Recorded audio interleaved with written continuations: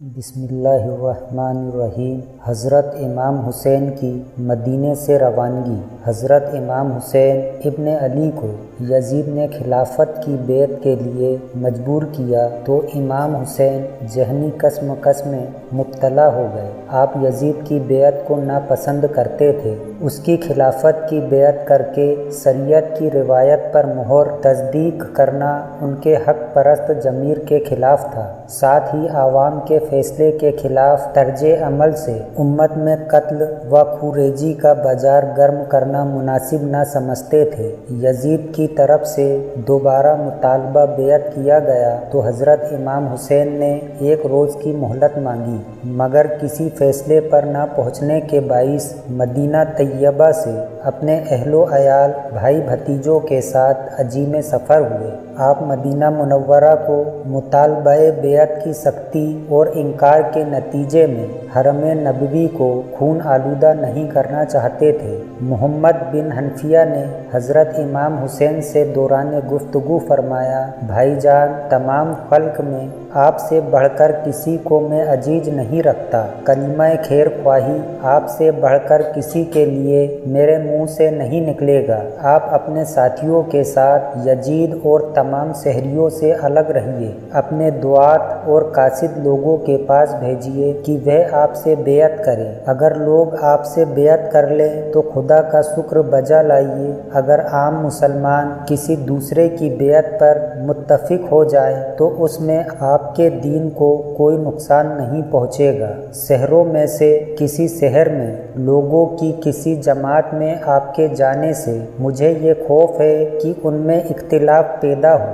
ایک جماعت آپ کی حامی اور دوسری مخالف ہے، پھر جب قتل و خونریزی کی نوبت آئے تو سب سے پہلے نیزوں کا رخ آپ کی جانب ہو، اور آپ جیسا شخص جو ذاتی شرافت اور خاندانی بزرگی میں خیر امم ہے، بہت آسانی کے ساتھ جان سے ہاتھ دھو بیٹھے اور جملہ اہل و عیال تباہی کا نشانہ بنے۔ حضرت امام حسین نے پرخلوص مشورہ کو سن کر فرمایا، تم بتاؤ میں پھر کہاں جاؤں؟ محمد بن حنفیہ نے جواب دیا، آپ حرم الہی مکہ کا رخ کیجیے، اگر وہاں اطمینان حاصل ہو جائے، ورنہ تشویشناک صورت ہو تو وہاں سے ریگستانوں اور کوہستانوں کی طرف نکل جائیے۔ ایک جگہ سے دوسری جگہ منتقل ہوتے رہیے اور دیکھیے حالات کس کروٹ قرار پاتے ہیں۔ رجب 60 ہجری کی وہ رات کتنی صبر آزما تھی جب حسین مدینۃ الرسول کو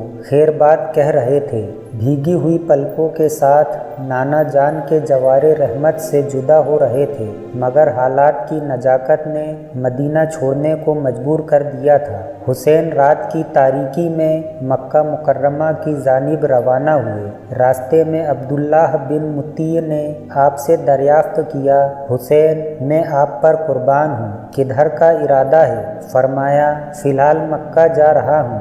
عبداللہ نے کہا، کوئی حرج نہیں، مگر خدا کے لیے کوفہ کا رخ نہ کیجیے گا، وہ منحوس شہر ہے، وہاں آپ کے والد شہید کیے گئے، آپ کے بھائی، یار و مددگار چھوڑے گئے، نیزے سے زخمی ہوئی جان مشکل سے بچی۔ آپ حرم میں بیٹھ جائیں، آپ عرب کے سردار ہیں، حجازی آپ کے مقابلے میں کسی کو نہ مانیں گے۔ حرم میں بیٹھ کر اطمینان کے ساتھ لوگوں کو اپنی طرف مائل کیجیے۔